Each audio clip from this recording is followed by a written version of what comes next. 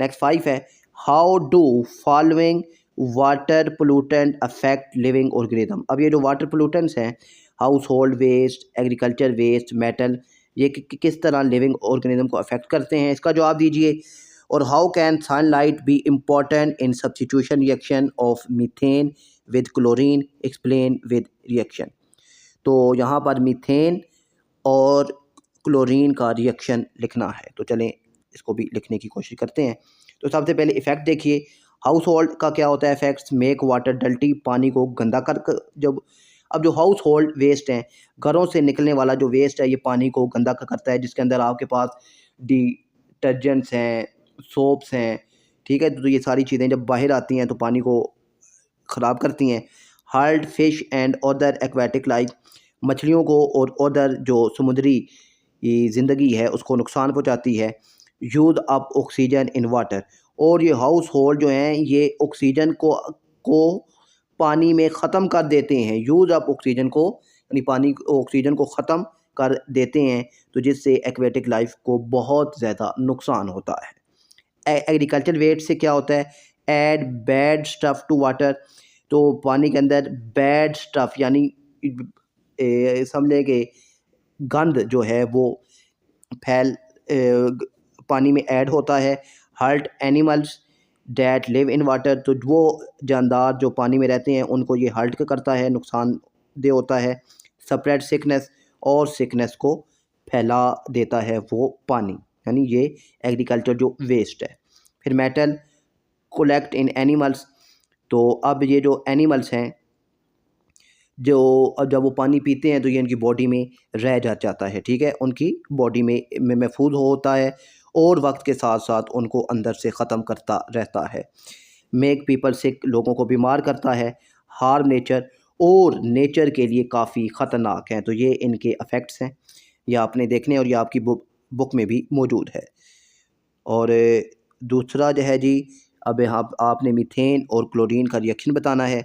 तो अब मीथेन और क्लोरीन के रिएक्शन को सब्स्टिट्यूशन रिएक्शन भी कहते हैं, ठीक है। The substitution reaction between methane CH4 and chlorine Cl2 is a photochemical reaction. अच्छा, आपसे अगर वो आप फोटोकेमिकल रिएक्शन लिखने का बोले तो तब भी आपने यही जवाब लिखना है, और आपसे सब्स्टिट्यूशन रिएक्शन कहे तो तब भी आपने यही जवाब लिखना है। आपसे मीथेन और क्लोरीन के रिएक्शन की बात करें तो तब भी यही लिखना है। और आपसे अगर ये कहे कि मीथेन और क्लोरीन का रिएक्शन लिखें डिफ्यूज़ सनलाइट में, तब भी यही लिखना है। और आपसे अगर ये कहे कि मीथेन और क्लोरीन का रिएक्शन लिखना है डायरेक्ट सनलाइट में, तब भी यही लिखना है। अच्छा दी फोटोकेमिकल रिएक्शन का मतलब क्या होता है कि इट रिक्वायर्ड UV लाइट यानी अल्ट्रावायलेट लाइट और सनलाइट टू प्रोसीड, वो रिएक्शन जिनको सूरज की रोशनी की ज़रूरत पड़े प्रोसीड होने के लिए, चलने के लिए, उन रिएक्शन को फोटोकेमिकल रिएक्शन कहा जाता है, ठीक है। Role of sunlight, sunlight provides energy to break the Cl bond forming highly reactive chloride radical Cl, ठीक है ना। अब सनलाइट को क्लोरीन Cl को तोड़ देती है और हाईली रिएक्टिव रेडिकल बनाती है Cl dot, which then initiate a chemical chain, फिर उससे हमारे पास केमिकल रिएक्शन की एक चेन बनना शुरू हो जाती है। तो ये आपकी बुक का पेज नंबर 198 है। तो देखिए CH4 और Cl2 डिफ्यूज सनलाइट में रिएक्ट हुए तो इसने बना दिया क्लोरोमीथेन। अच्छा, आपसे ये पूछे ना कि क्लोरोमीथेन कैसे बनता है, तो तब भी आपने यही लिखना है, ठीक है। यहाँ से हुआ क्या, बहुत सिंपल है। यहाँ 2 Cl हैं, एक Cl इसके पास आया, तो अब सी के बॉन्ड हो गए 5, 4 पहले से है ना, सी के 4 बॉन्ड बनाता है, 4 पहले से हैं, एक Cl और ऐड हुआ तो कितने हो गए, 5 हो गए। तो अब उन 5 तो सी बर्दाश्त नहीं करता, तो सी ने एक H को निकाल दिया, ठीक है। तो यहाँ बना CH3Cl, फिर एक H जो उसने निकाला वो, और यहाँ 2 Cl थे, एक Cl बच गया, वो Cl मिलकर बन गया HCl बन गया। डायरेक्ट सनलाइट में अगर यही रिएक्शन हो तो क्या होगा, CH4 तो 2Cl2, तो यहाँ पर डायरेक्ट सनलाइट में कार्बन एटम अकेला हो जाता है और आपके पास HCl बन जाता है। ठीक है, ये याद रखिएगा कि डायरेक्ट सनलाइट में कार्बन अकेला होता है। तो ये इसका रिएक्शन था। फिर है बच्चों हमारे पास give 3 example of transition metals where they act as catalyst. तो transition metals as a catalyst काम करते हैं वो बताइए। तो साथ ही what the primary nutrients provide by urea ammonium salt and nitrates when use as fertiliser. तो चलें इसका जवाब भी देखते हैं। तो कैटालिस्ट में जो ट्रांजिशन मेटल इस्तेमाल होते हैं। अच्छा, अब कैटालिस्ट क्या है बच्चों? तो कैटालिस्ट से मुराद क्या है कि हम अब एटम्स या एलिमेंट्स को रिएक्शन में ऐड करते हैं। ठीक है ना, रिएक्शन में ऐड करते हैं। जिस तरह यहाँ देखिए लिखा हुआ है डिफ्यूज सनलाइट, तो ये एज अ कैटालिस्ट काम कर रही है। तो यहाँ पर जो केमिकल आपने देखा होगा लिखे होते हैं Ni निकल होता है, लेड लिखा होता है, प्लेटिनियम लिखा होता है और आयरन लिखा होता है। तो इनका काम क्या होता है? ये रिएक्शन को या तो तेज़ करते हैं या रिएक्शन को आस्ता करते हैं, रिएक्शन में हिस्सा नहीं लेते, उन्हें कैटलिस्ट कहते हैं। तो अब कैटलिस्ट में ट्रांजिशन मेटल जो है उनका इस्तेमाल क्या है? तो देखिए iron is use in Haber process for the synthesize of ammonia. अब अमोनिया बनाने के लिए हैबर प्रोसेस में आयरन का इस्तेमाल होता है। ठीक है, platinum and palladium are used as catalysts in catalytic converter to reduce harmful emission in automobiles and industrial units। अब गाड़ियों के अंदर कैटालिटिक कन्वर्टर इस्तेमाल होता है कि अब गाड़ियों में से जो हार्मफुल धुआं निकलता है तो उनकी इमिशन को कम करने के लिए, उसको ख़त्म करने के लिए हम प्लेटिनियम और पैलेडियम एज अ कैटालिस्ट उस गाड़ी के कैटालिटिक कन्वर्टर में इस्तेमाल करते हैं। फिर है nickel is use as catalyst in the manufacturing of margarine. ठीक है, निकल इस्तेमाल होती है एज अ कैटालिस्ट मार्गराइन बनाने के लिए, यानी मक्खन बनाने के लिए। फिर उसके बाद है platinum is use as catalyst in the contact process.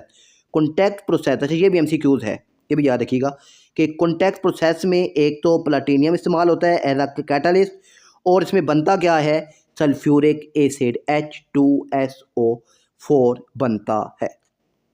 तो ये पहले सवाल का जवाब है। दूसरा है कि दूसरा क्या था जी भाई, what are the primary nutrients. अच्छा, ये जो यूरिया अमोनियम साल्ट और नाइट्रेट हम फर्टिलाइज़र के तौर पर खेतों में जब इस्तेमाल करते हैं तो इनका क्या फ़ायदा है? तो यूरिया, तो ये यूरिया क्या काम करता है कि urea provides nitrogen, urea nitrogen provide करता है, इसेंशियल फॉर प्लांट ग्रोथ। अब पौधों की ग्रोथ के लिए नाइट्रोजन बहुत अहम है। ठीक है, पौधों की ग्रोथ के लिए नाइट्रोजन बहुत अहम है। एंड प्रोटीन सिंथेसाइड, अच्छा प्रोवाइड नाइट्रोजन। अब नाइट्रोजन की का काम क्या होता है कि essential for plant growth and protein synthesize. ठीक है, इसके बाद हैं अमोनियम साल्ट्स। ये supply nitrogen in ammonium form. ठीक है, promoting chlorophyll production and plant development. ठीक है, अब ये जो अमोनियम साल्ट्स हैं ये सप्लाई करते हैं नाइट्रोजन इन अमोनियम फार्म, जो कि प्रोमोटिंग करते हैं किसकी? क्लोरोफिल की। क्लोरोफिल का काम क्या होता है? ये हेल्प करता है प्लांट्स की सनलाइट को एब्जॉर्ब करने में, सनलाइट को एब्जॉर्ब करने में ये मदद करता है। और फिर है नाइट्रेट्स, तो ये provide nitrogen in nitrates form, ये प्रोवाइड नाइट्रोजन करता है नाइट्रेट्स की फॉर्म में, which is rapidly absorb by plant from ammonium acid and DNA सिंथेसाइड्स। तो ये इनके फ़ायदे हैं। नेक्स्ट है जी हमारे पास 7 है write general formula of the following homologous series, give one example in each case. तो अल्केन है, अल्कीन है, जनरल फार्मूला भी बताना है होमोलॉजियस सीरीज में और एग्जांपल भी बतानी है। और identify the group and period number of the following unknown element. तो इनका ग्रुप और पीरियड्स भी आपने बताना है। तो चलें बताते हैं। सबसे पहले अल्केन है। अब ए आ गया तो मतलब सिंगल बॉन्ड, और सिंगल बॉन्ड क्या होता है? सैचुरेटेड हाइड्रोकार्बन होता है। जनरल फार्मूला इसका CnH2n+2 है। एग्जांपल इसकी मीथेन आ गई, CH4 आ गया। अल्कीन ई आ गया है, मतलब डबल बॉन्ड आएगा तो डबल बॉन्ड क्या होता है? अनसैचुरेटेड हाइड्रोकार्बन होते हैं। और जनरल फार्मूला इसका क्या है? CnH2n। और एग्जांपल के लिए इसकी इथीन आएगी, C2H4 आएगा। फिर अल्कोहल, जो अल्कोहल क्या है? ये ऑर्गेनिक कंपाउंड होता है जो OH ग्रुप रखता है, जो OH ग्रुप रखता है। ठीक है, ये मैंने पहले भी आपको बताया है। जनरल फार्मूला क्या होता है इसका? अच्छा, अब अल्केन का एक H रिमूव जब होता है और उसकी जगह जब OH आता है तो हमारे पास अल्कोहल बनता है। तो अब अल्केन का फार्मूला क्या था? CnH2n+2। तो +2 की जगह अब ये आ जाएगा +1 और साथ आ जाएगा OH। तो ये इसका जनरल फार्मूला बन जाएगा। एग्जांपल इसकी देखिए, एथेनॉल C2H5OH। ये आपकी बुक का पेज नंबर 179 है। अच्छा, अब आपने बताना है जी नंबर ऑफ आपने बताना है कि पीरियड और ग्रुप कौन सा है। तो बच्चों उसके लिए ज़रा ध्यान से थोड़ा देखिएगा। तो हमारे पास अब है A6 और 12 है। एटॉमिक नंबर क्या है इसका? 6 है, क्योंकि जो स्मॉलर वैल्यू है वो एटॉमिक नंबर होता है। अगर एटॉमिक नंबर मालूम हो गया तो हमें नंबर ऑफ़ इलेक्ट्रॉन्स भी मालूम हो गए। तो नंबर ऑफ़ इलेक्ट्रॉन्स क्या आ गए? 6 आ गए। अब पीरियड और ग्रुप बताने के लिए इलेक्ट्रॉनिक कॉन्फ़िगरेशन होती है। अगर वो आपको नहीं आती तो उसका आसान सा तरीका मैं आपको बताता हूँ, ये याद रखिएगा। स्कूल स्कूल 2 दफ़ा आएगा। पब्लिक स्कूल 2 दफ़ा आएगा। डिवीजन पब्लिक स्कूल 2 दफ़ा आएगा। अब ये SPD ये क्या है? तो ये मेरे पास सब शेल्स है। तो उससे पहले शेल को देखिए। शेल है बच्चों मेरे पास KLMN, ये मेरे पास शेल है KLMN, ये शेल्स हैं। इनमें इलेक्ट्रॉन क्या है? ये अब ये वाले इलेक्ट्रॉन आपने याद रखने हैं। ठीक है, 2, K में 2, L में 8, M में 8 और N में 2। ठीक है, वैसे नंबर ऑफ़ शेल्स में, अब शेल्स में कितने इलेक्ट्रॉन हैं उनको मालूम करने का जो फार्मूला होता है वो होता है 2n2 रूल। 2n2, n से मुराद शेल नंबर है। अब m में देखें तो m कौन सा शेल है? तीसरा। तो 2n की जगह आ गया 3 की पावर 2, 3 की पावर 2 9, 9 2 18। m में होते 18 है, मगर मैंने 8 क्यों लिखा है? ताकि जो 8 हैं यहाँ, बस आपने इस सीक्वेंस को याद रखना है। ये एक और लेवल है यहाँ पे कि हायर लेवल और लोअर लेवल इन एनर्जी का। तो आपने बस ये फ़िलहाल याद रखना है कि पहले में 2, दूसरे में 8, तीसरे में 8, चौथे में 2 आ गए। अब यहाँ आप देखिए ज़रा, तो अब ये सब शेल्स क्या हैं? 1 2 3 4, ये 4 सब शेल्स हैं। SPDF, S में 2, P में 6, D में 10, F में 14। ठीक है, और अब ये इलेक्ट्रॉन्स हैं। तो अब ये इलेक्ट्रॉनिक कॉन्फ़िगरेशन जब होती है तो उसमें क्या होता है? आपने 2 दफ़ा स्कूल को लिखना है, फिर 2 दफ़ा P और S को मिला के लिखना है। ठीक है, स्कूल स्कूल, पब्लिक स्कूल। फिर जब तीसरा आएगा तो उसके साथ पिछले दोनों भी मिल जाएंगे, डिवीजन पब्लिक स्कूल। ठीक है, स्कूल स्कूल 2 दफ़ा, पब्लिक स्कूल 2 दफ़ा, डिवीजन पब्लिक स्कूल ये 2 दफ़ा। उसके बाद आता है फेडरल डिवीजन पब्लिक स्कूल। तो आप वहाँ तक नहीं, आपकी जो इलेक्ट्रॉनिक कॉन्फ़िगरेशन है वो यहीं तक रहती है। ठीक है, और जो इलेक्ट्रॉनिक कॉन्फ़िगरेशन है वो D तक भी नहीं जाती, एग्ज़ाम में क्लास 9th में यहीं तक रहती है। ठीक है, स्कूल स्कूल पब्लिक स्कूल, ये आपने याद रख लिया। ओके, अब जब यहाँ तक आपको याद हो गया है, फिर आगे चलते हैं। हमारे पास जो पहला आइटम है वो क्या है? A6 और 12 है। नंबर ऑफ़ इलेक्ट्रॉन कितने हैं इसमें? 6 आ गए, गुड हो गया। सबसे पहले हमने लिखा स्कूल पब्लिक स्कूल। अब हमने एक दफ़ा पब्लिक स्कूल लिखा, क्योंकि मेरे पास इलेक्ट्रॉन 6 हैं तो मैं ज़्यादा आगे मूव नहीं करूँगा। ओके, अब यहाँ देखिए S। अब S का नंबर क्या है? 1। तो यहाँ से S भी स्टार्ट होगा 1 से, यहाँ 1 आ गया। फिर इसके बाद जो अगला S है उसके साथ 2 आएगा, फिर जो अगला S है उसके साथ 3 आएगा। फिर बीच में एक पी भी है, तो पी का नंबर क्या है 2, तो पी 2 से शुरू होगा तो यहाँ आएगा 2। अब एस में कितने इलेक्ट्रॉन हैं? एस में 2 हैं, तो यहाँ मेरे पास एस है, इसके ऊपर 2 इलेक्ट्रॉन आ गए, फिर एस आ गया, इसके ऊपर 2 आ गए। अच्छा पी, अब पी में होते 6 हैं, मगर मेरे पास टोटल 6 हैं, तो 2 और 2 4 यहाँ तक आ गए। पीछे कितने बच गए? 2, तो वो पी के ऊपर आ गए और इलेक्ट्रॉनिक कॉन्फ़िगरेशन ख़त्म हो गई, यहाँ पे रुक गई है। ओके, यहाँ तक आपको समझ आ गया है कि 1s2 2s2 2p6 ये हमारे पास इलेक्ट्रॉनिक कॉन्फ़िगरेशन हो गई। अब आगे, अब यहाँ पर ना, अब ये सब शेल्स हैं, मैंने इनको शेल्स में लिखना है, मैंने इनको शेल में लिखना है। तो बच्चों के में कितने इलेक्ट्रॉन है? 2, तो 2 इलेक्ट्रॉन यहाँ तक है मेरे पास, तो यहाँ पर ये जो शेल है ये शेल हो गया के। ओके हो गया। अब एल में कितने हैं? 8 हैं, तो मेरे पास यहाँ टोटल आगे कितने बचे? 2 और 2 4, मेरे पास 4 हैं, तो यहाँ तक ये हमारे पास ये रुक गया। ठीक है, हमने इनको अब शेल में डिस्ट्रीब्यूट कर दिया, शेल में डिस्ट्रीब्यूट हो गया। अब ये लास्ट पॉइंट है कि number of electron in the last shell, आखिरी शेल में कितने इलेक्ट्रॉन हैं? 2 और 2 4। ये आपको बताते हैं ग्रुप के बारे में। ठीक है, ये आपको बताते हैं ग्रुप के बारे में। ग्रुप आपका आ गया यहाँ पे 4th A ग्रुप आ गया। कौन सा आ गया? 4th A ग्रुप आ गया है। फिर जो अब number of shells, number of shell कितने हैं? 2 है, एक के शेल आया, एक एल शेल आया। तो नंबर ऑफ़ शेल्स आपको बताते हैं पीरियड, तो पीरियड कौन सा आ गया? दूसरा। ओके हो गया। अब एक और एग्जांपल देखते हैं ताकि आपको मज़ीद समझ आ जाए। तो यहाँ देखिए बच्चों, अब मेरे पास है बी है 19 और 39। अब लेस वैल्यू होती है हमारे पास एटॉमिक नंबर, तो एटॉमिक नंबर है मेरे पास 19। अगर एटॉमिक नंबर 19 है तो नंबर ऑफ़ इलेक्ट्रॉन्स भी 19 हो गए।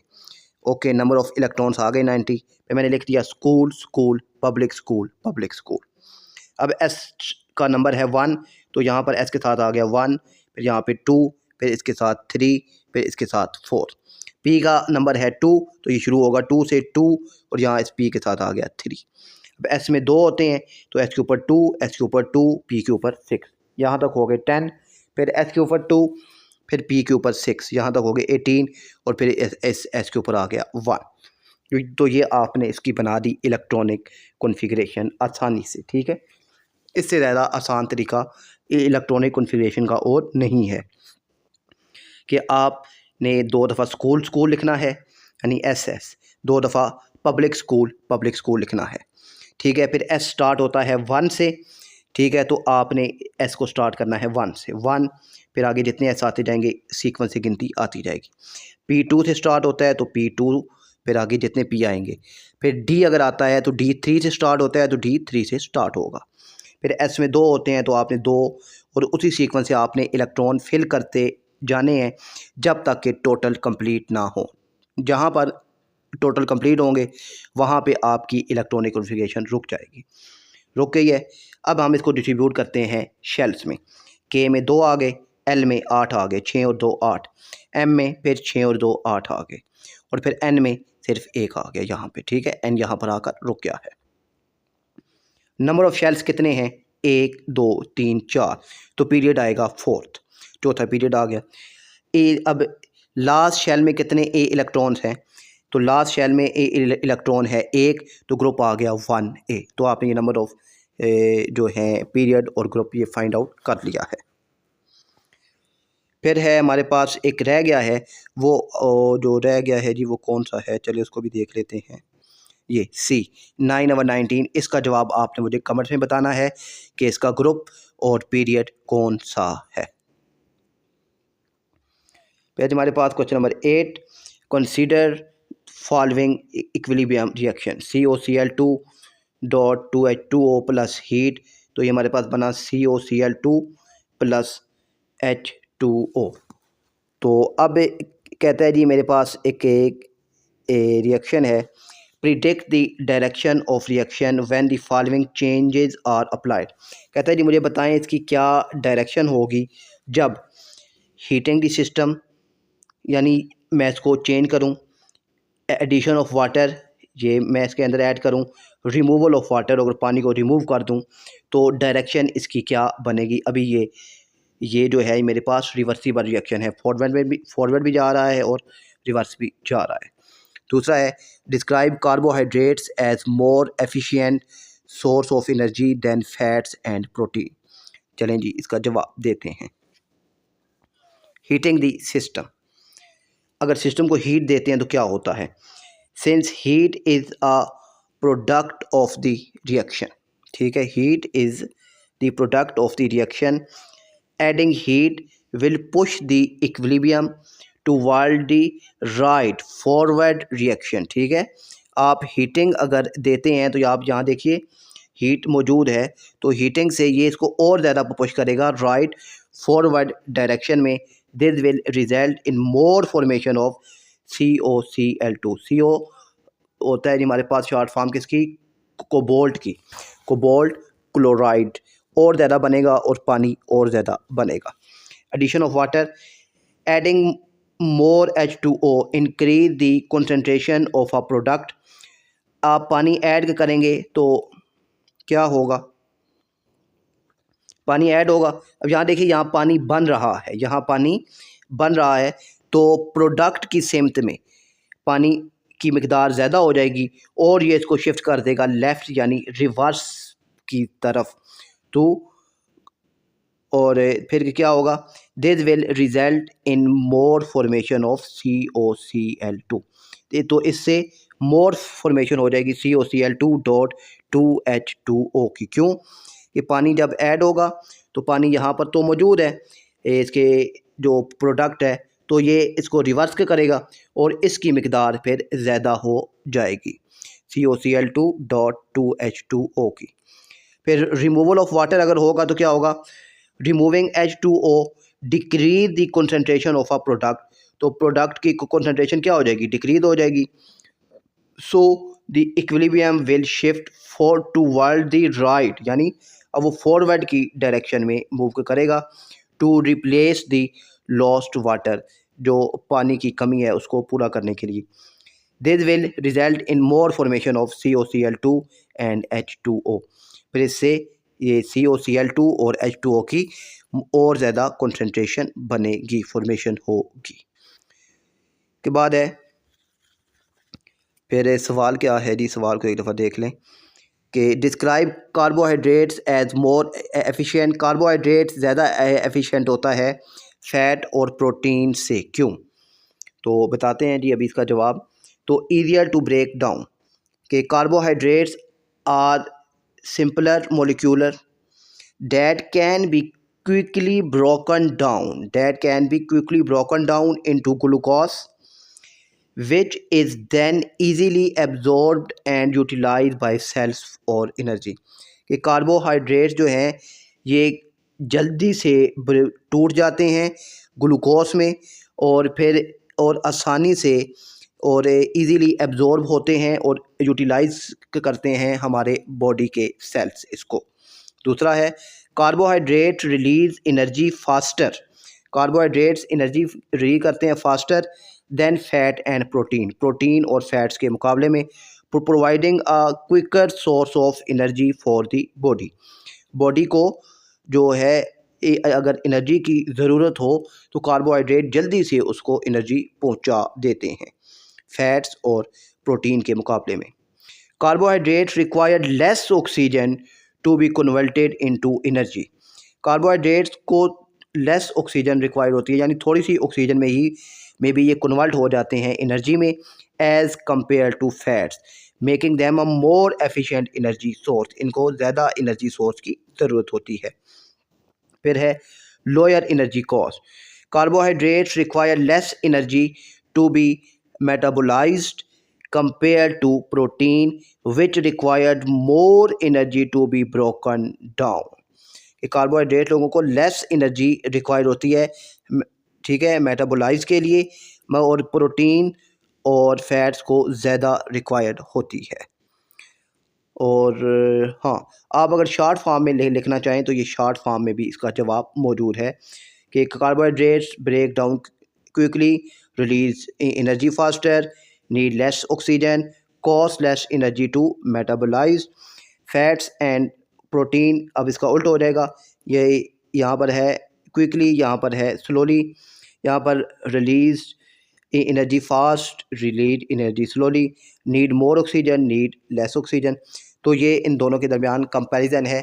तो जो जवाब आपको आसान लगे वो आप याद कर सकते हैं।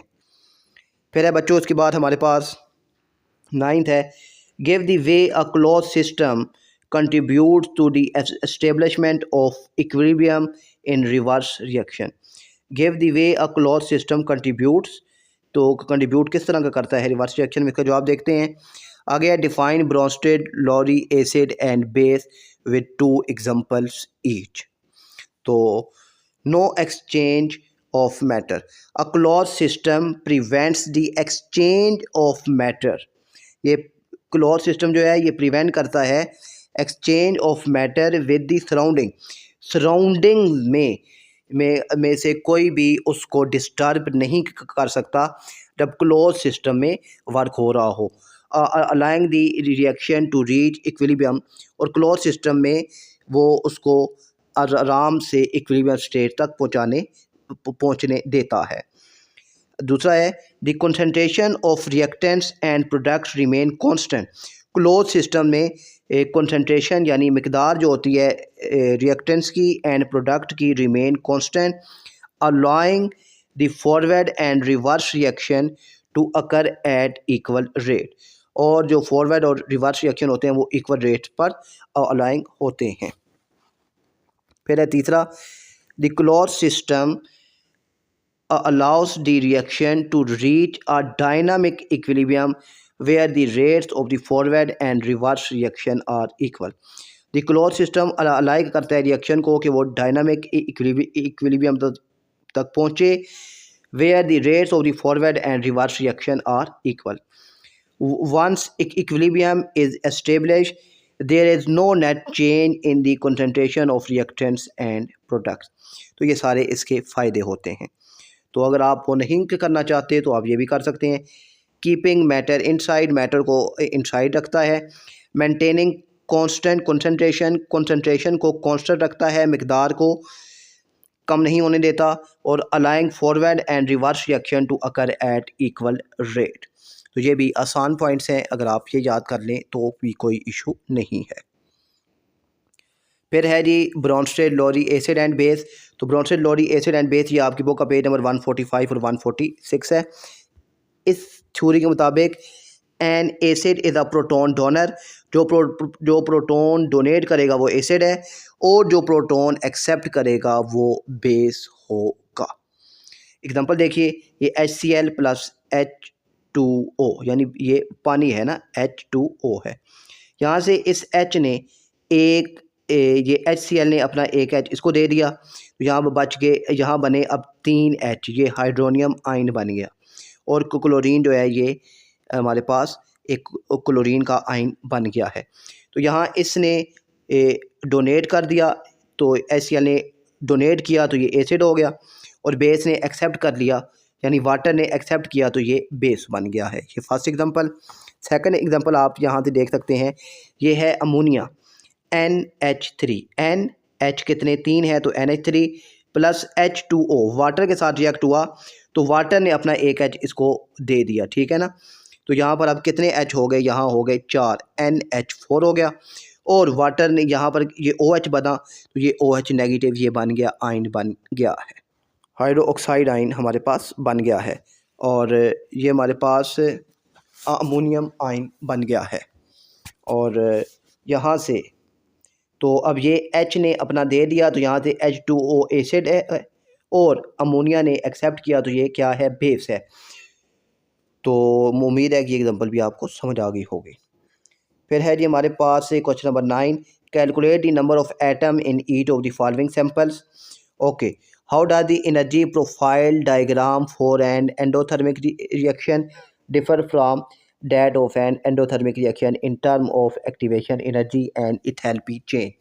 तो ये एक्टिवेशन एनर्जी और इथैल्पी चेन की डेफिनेशन आपने अपनी बुक से लाजमी याद करनी है, उसको वहाँ से समझना है। न्यूमेरिकल सॉल्व कर करवाता हूँ मैं आपको। नंबर ऑफ़ मोल्स हमने अगर मालूम करने हो तो फार्मूला होता है maths in gram divided by molar maths. Number of moles अगर फाइंड करने हो तो फार्मूला है maths in gram divided by molar maths. और नंबर ऑफ़ एटम्स या मॉलिक्यूल्स फाइंड करने हो तो फार्मूला होता है number of moles multiply Na। ये दो फार्मूले आपने याद करने हैं, आसान है। अब पहला न्यूमेरिकल है 3.4 मोल्स ऑफ नाइट्रोजन गैस, ये हमें उसने दे दिया है। कहता है जी एटम्स मालूम करो, तो formula number of atoms equal to मालूम करने हैं तो फार्मूला क्या है, number of moles multiply Na। Number of moles उसने दे दिए 3.4, हमने लिख दिए। Na एवोगैड्रो नंबर, इसकी वैल्यू ज़ुबानी याद होनी चाहिए 6.022 मल्टीप्लाई 10⁻23। दोनों को आपने मल्टीप्लाई करवा दिया, जवाब आ गया 2.0475 मल्टीप्लाई 10⁻24। तो ये आपने आसानी से हल कर लिया है। ये सिंपल सा न्यूमेरिकल था, ठीक है। ये दो फार्मूले आपने याद करने हैं। मगर दूसरा न्यूमेरिकल ज़रा देखिए, इसमें थोड़ा सा टेक्निकल पॉइंट है कि 15 ग्राम ऑफ सोडियम मेटल उसने दे दिया है। नंबर ऑफ़ एटम मालूम करने हैं तो फार्मूला है number of moles multiply Na। अब नंबर ऑफ़ मोल्स हैं ही नहीं, हमें उसने ग्राम दे दिया है, तो नंबर ऑफ़ मोल्स आएंगे तो एटम फाइंड होंगे। तो सबसे पहले आप फिर हम नंबर ऑफ़ मोल्स फाइंड करते हैं। तो नंबर ऑफ़ मोल का फार्मूला है mass in gram divided by molar mass. Mass in gram दे दिया 15, हमने लिख दिया। मोलर मैथ, मोलर मैथ किसका आएगा, वो जो एटम या एलिमेंट या मॉलिक्यूल उसने दिया होगा। यहाँ सोडियम दिया है तो सोडियम का होता है 23 मैस, वो हमने लिख दिया। दोनों को डिवाइड किया, आंसर आ गया 0.6521। फिर अब नंबर ऑफ़ एटम्स का फार्मूला नंबर ऑफ़ मोल्स आ गए 0.6521 मल्टीप्लाई एवोगैड्रो नंबर 6.022 मल्टीप्लाई 10⁻23। दोनों को मल्टीप्लाई करवाया तो आंसर आ गया 3.92 मल्टीप्लाई 10⁻23। उम्मीद है कि आपको समझ आ गया होगा। फिर है जी हमारे पास how does the energy profile diagram of endothermic differ by, जो है वो एक्सोथर्मिक। तो endothermic reaction, energy is absorb, ये एनर्जी एब्जॉर्ब करता है। एनर्जी इज़ रिलीज, ये एनर्जी को रिलीज करता है। Products have higher energy than reactants, product की एनर्जी हायर होती है रिएक्टेंट्स के मुकाबले में, और इसमें products have lower energy than reactant, तो प्रोडक्ट की एनर्जी कम होती है रिएक्टेंट्स के मुकाबले में। Activation energy is larger, activation energy जिसे EA से शो करते हैं is smaller. Delta H enthalpy change is positive, delta H enthalpy change is negative, तो इसमें नेगेटिव होती है और इसमें पॉजिटिव होती है। तो ये जो है, और यहाँ पर ना ये जो दो उसने टर्म इस्तेमाल किए हैं, एक्टिवेशन एनर्जी और इथैल्पी चेंज, ये आपने आपकी बुक का जो चैप्टर है वो 8 है, तो उसको आपने ज़रा ये अच्छे तरीके से समझना है। क्वेश्चन नंबर 9 है define isotopes of an element, right isotopes of hydrogen, give their atomic and mass number. अच्छा, उनके एटॉमिक और मास नंबर भी बताने हैं।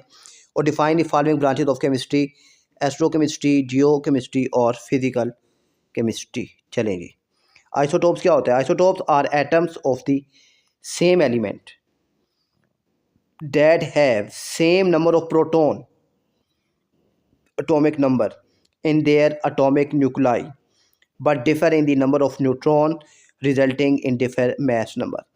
आइसोटोप्स वो एलिमेंट्स होते हैं जिनका प्रोटॉन यानी एटॉमिक नंबर सेम होता है और उसके नंबर ऑफ न्यूट्रॉन्स यानी कि एटॉमिक मास डिफरेंट होता है। यानी प्रोटॉन और एटॉमिक नंबर सेम होते हैं, न्यूट्रॉन और एटॉमिक मास डिफरेंट होता है, तो उसे हम लोग आइसोटोप्स कहते हैं। आइसोटोप्स ऑफ हाइड्रोजन, तो आइसोटोप ऑफ जो हाइड्रोजन है उसके 3 आइसोटोप्स हैं, प्रोटियम, ड्यूटियम, ट्रीटियम। ये H1 है, इसका एटॉमिक नंबर 1, इसका मास नंबर 1, इसमें न्यूट्रॉन 0 होते हैं। ड्यूटियम, अब इसका आ गया 2, ये मास है ना, देखिए यहाँ पर मास 1 है, मास क्या है 1, एटॉमिक नंबर 1 है और मास नंबर 1 है। नंबर ऑफ़ न्यूट्रॉन 0 होंगे, क्यों कि जो मास होता है वो एटॉमिक नंबर वो प्रोटॉन और न्यूट्रॉन को जमा करने से आता है। तो प्रोटॉन 1 न्यूट्रॉन 0, तो उस सूरत में इसका मास 1 होगा। यहाँ देखिए ड्यूटियम में एटॉमिक नंबर 1, मास नंबर 2। अब मास नंबर 2 है तो इसमें न्यूट्रॉन भी 1 आ जाएगा ताकि ये दोनों ऐड होकर 2 हो जाएं। एटॉमिक नंबर 1 है, मास नंबर 3 है, तो फिर नंबर ऑफ न्यूट्रॉन कितने होंगे, 2 होंगे। क्यों कि 2 और 1 ऐड होकर एटॉमिक मास 3 हो जाए। तो ये प्रोटियम, ड्यूटियम, ट्रिटियम ये आइसोटोप्स ऑफ हाइड्रोजन हैं। उसके बाद है next branches. Thanks for watching. तो ब्रांचेज जो हैं वो आपकी बुक के आखिर जो चैप्टर 1 है उसका मेरे ख्याल में पेज 8 या 9 है। तो वहाँ से आपने ये तीनों ब्रांचेज की डेफिनेशन आपने अच्छे तरीके से याद कर लेनी है। तो मिलते हैं फिर जो इसके लॉन्ग क्वेश्चंस हैं वो उनके साथ, ठीक है ना। अब जो इसके लॉन्ग क्वेश्चंस हैं वो नेक्स्ट वीडियो में इंशाल्लाह मैं आपको बताऊंगा। तब तक के लिए अल्लाह हाफिज़।